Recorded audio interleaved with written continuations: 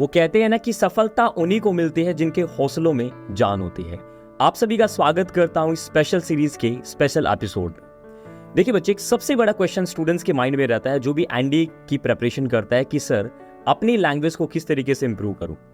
तो आज मैं आप सभी को एक ऐसे स्टूडेंट से मिलवाने वाला हूं जिसने ना सिर्फ एनडीए के रिटन को क्वालिफाई किया एग्जामपुर से और उसकी जर्नी क्या कुछ रही है एग्जामपुर के साथ, वो सभी यहाँ पे हमारे साथ स्टूडेंट्स अवेलेबल हैं। वो आप सभी के सामने जो है यहाँ पे अपनी स्टोरी जो है शेयर करेगा कि किस तरीके से गाँव में रहकर, एक देहात से बिलोंग कर आपके पास रिसोर्सेज भी नहीं है, सिर्फ आपके पास हिम्मत और साहस है, तो आप क्या कुछ कर सकते हैं वो इस बच्चे ने कर दिखाया और आप सभी के सामने वो अपनी स्टोरी यहाँ पे शेयर करेगा।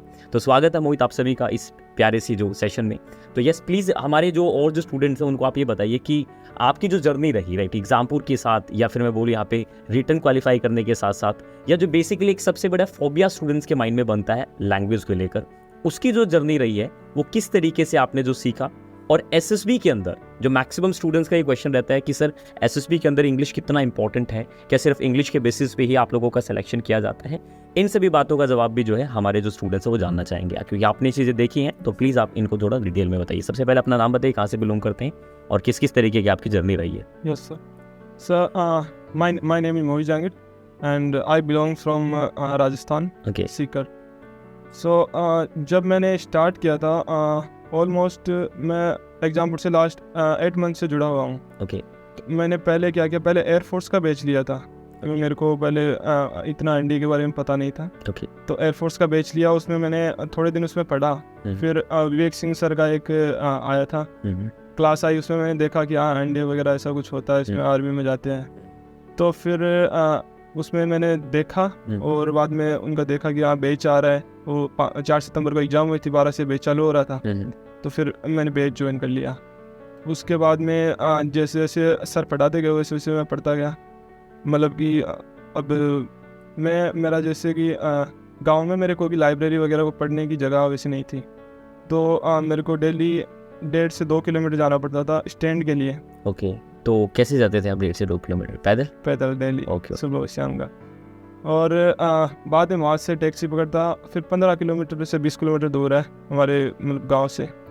चलो 15 किलोमीटर आप दूर जाते थे लाइब्रेरी की. लाइब्रेरी। Oh my God. बाद में वहाँ पे 9 बजे तक पहुँचना.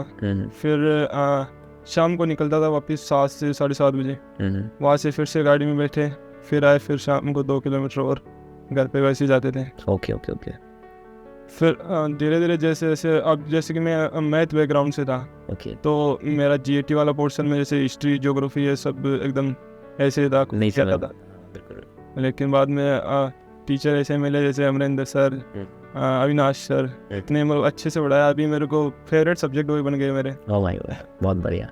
और फिर साथ साथ में मेरे को मतलब आपने जब बोला था कि आपको एसएसबी की भी साथ साथ करोगे तो अच्छा रहेगा, तो मैंने आपके वो इंग्लिश का पहले लिया, यूट्यूब पे थोड़ी बहुत क्लासेस ली.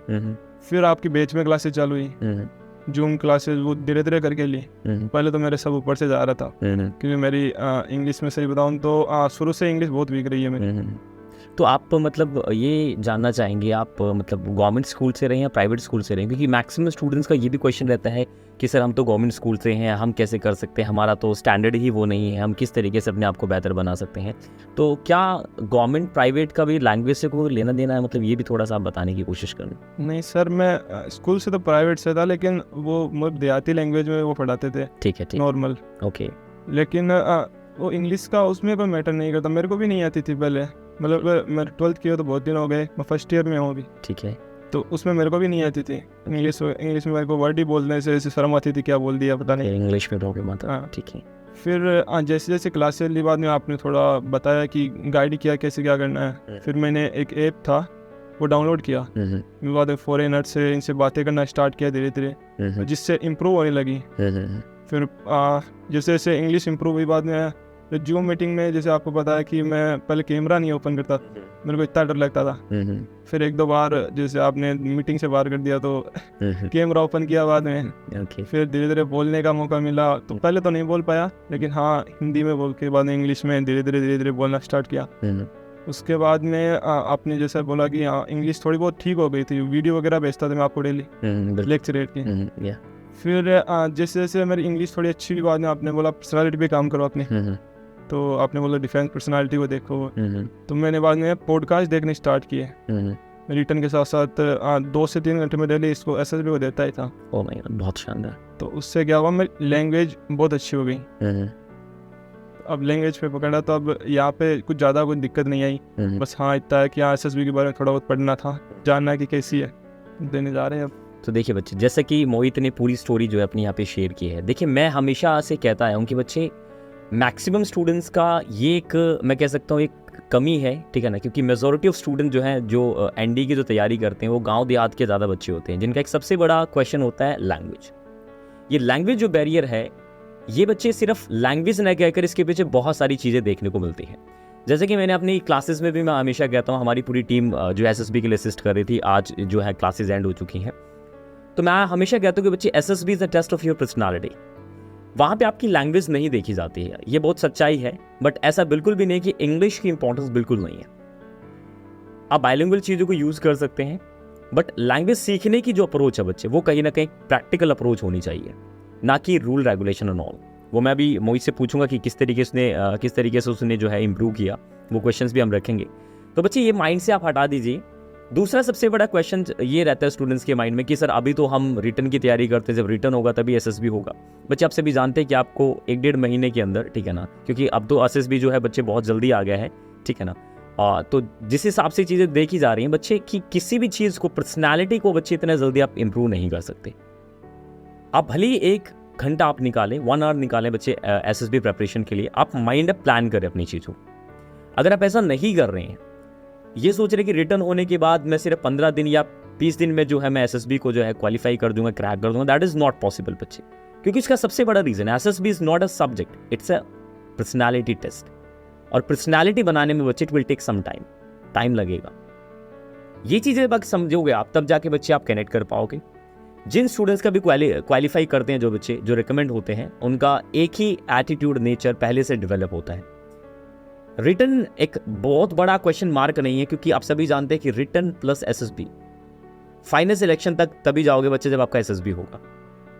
तो ये हमारे टीचर्स भी बच्चे आप सभी को गाइड कर रहे हैं कि आप रिटर्न के साथ साथ अपनी SSB को जो है इंपॉर्टेंस दीजिए, अगर आप बेहतर तरीके से चीज़ों को करना चाहते हैं तो।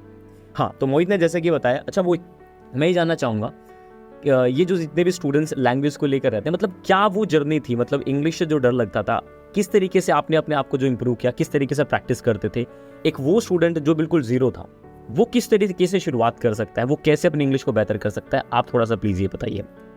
सर जैसा कि मैं पहले आपको बोल रहा था कि मतलब कुछ भी नहीं आता था। मैंने क्या किया, आप जो PDF देते थे, मैं PDF नहीं देखता था, मैं अपने हाथ से मेरे पूरे मतलब लिखता था, यहाँ भाई ये फॉर्मूला होता है, ऐसे हम क्वेश्चन बनाएंगे। फिर उनको धीरे धीरे उनमें वर्ड डाल के उसकी प्रैक्टिस की पहले। फिर जब मैं बात करता था, मतलब मैं ऐप के बारे में बताता हूँ, तो उसमें क्या होता है कि सेंटेंस नहीं बनता, बीच में क्या वर्ड आ रहा है, कभी क्या आ रहा है, एज की जगह एज लग रहा है, कभी क्या हो रहा है। तो फिर धीरे धीरे वो इम्प्रूव हुआ। बाद में मेरे को वहाँ पे बहुत से दोस्त भी मिले, जैसे कि अभी भी मेरे से बात करते हैं, कई लोग फौजी ITBP रिटायर्ड थे, बात करते हैं अभी तक। तो वो बोलते पहले बहुत मतलब ख़राब था सिस्टम, अभी ठीक हुआ है और अभी इम्प्रूव हो रहा है धीरे धीरे, अच्छा रहेगा आगे।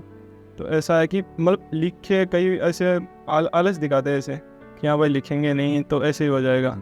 उसमें लिख के प्रैक्टिस करने में क्या होता है, थोड़ा माइंड में थोड़ी सेट हो जाती है वो चीज़ें, बिल्कुल, जिससे कि हाँ बिल्कुल। तो इंग्लिश सीखने के लिए बेसिकली मैं पूछना चाहूँगा, इंग्लिश के लिए क्या सबसे ज़्यादा ज़रूरी है, मतलब क्या अप्रोच फॉलो करे स्टूडेंट, जैसे कि जिसको जो समझ ही नहीं आ रही इंग्लिश, वो क्या फॉलो करे, मतलब मैं जानना चाहता हूँ। क्योंकि क्लासेस में तो बच्चे, मैं हमेशा कहता हूँ कि अगर आप दुनिया की कोई भी भाषा को आप सीखना चाहते हो तो 4 सेगमेंट सबसे इंपॉर्टेंट होते हैं। पहला सेंस, मतलब टाइम ऑफ एक्शंस, दूसरा पैटर्न मतलब स्ट्रक्चर, तीसरा वोकैब मतलब जो एक्टिव वोकैबुलरी होती है वो, और फोर्थ वन इज प्रैक्टिस। अगर ये 4 पहलू पे आप थोड़ा सा जो है गौर डालें तो आपको ये प्रैक्टिकली पता चलेगा कि लैंग्वेज इज समथिंग डिफरेंट, एक अलग अप्रोच है बच्चे। दुनिया की कोई भी भाषा सीखना, आप यही अप्रोच जो है हर भाषा के अंदर इंप्लीमेंट होती है।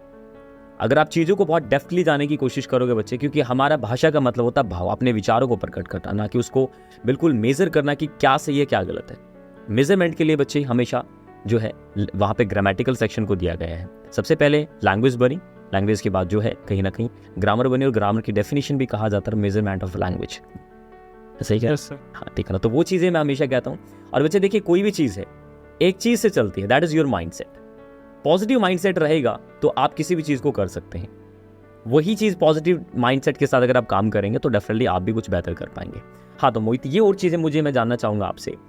तो अभी आप लोगों को एग्जामपुर से जुड़कर या फिर जो अभी क्लासेस एंड हुई हैं, कैसा एक्सपीरियंस आप लोगों को लग रहा है? क्या आपके अंदर चेंजेस लग रहा है before Exampur and after Exampur? Sir जब पहले आए थे तो SSB के बारे में इतना पता नहीं था, लेकिन मैंने बुक पढ़ी थी, लेकिन इतना पता नहीं था कि हाँ अंदर कैसे होता है। यहाँ पे सारी प्रैक्टिकल चीज़ें की तो उससे थोड़ा कॉन्फिडेंस अंदर से बिल्डअप हो रहा है कि हाँ भाई ऐसा होगा तो ऐसा कर लेंगे, ऐसा होगा तो ऐसा कर लेंगे।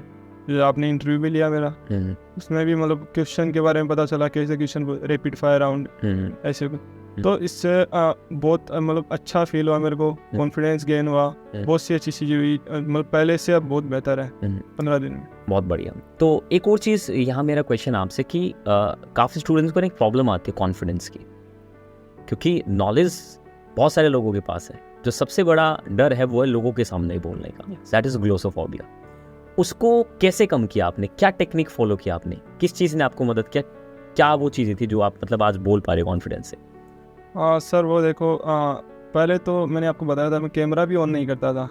फिर धीरे धीरे कैमरे में मैं रिकॉर्डिंग करने लगा अपनी खुद की, रिकॉर्ड करके मैं खुद देखता था क्या कमी आ रही है। फिर मेरे को लगता हाँ भाई अब हमें समझ में नहीं आ रहा, मैंने आपको भेज दिया, मेरे को बताओ कोई कमी है तो। फिर वैसे धीरे धीरे वो अपने आप ही सही हो गया। मैंने पहले कैमरे के सामने बोला, फिर पूरी जो हमारी लाइव क्लास चलती थी जूम मीटिंग, उसमें बोलना चालू किया। उससे क्या धीरे धीरे अपने आप इम्प्रूव हो गया। ये अब बोलता हूँ तब किसी के सामने ऐसा नहीं लगता यहाँ भाई बोलने में डर लग रहा है।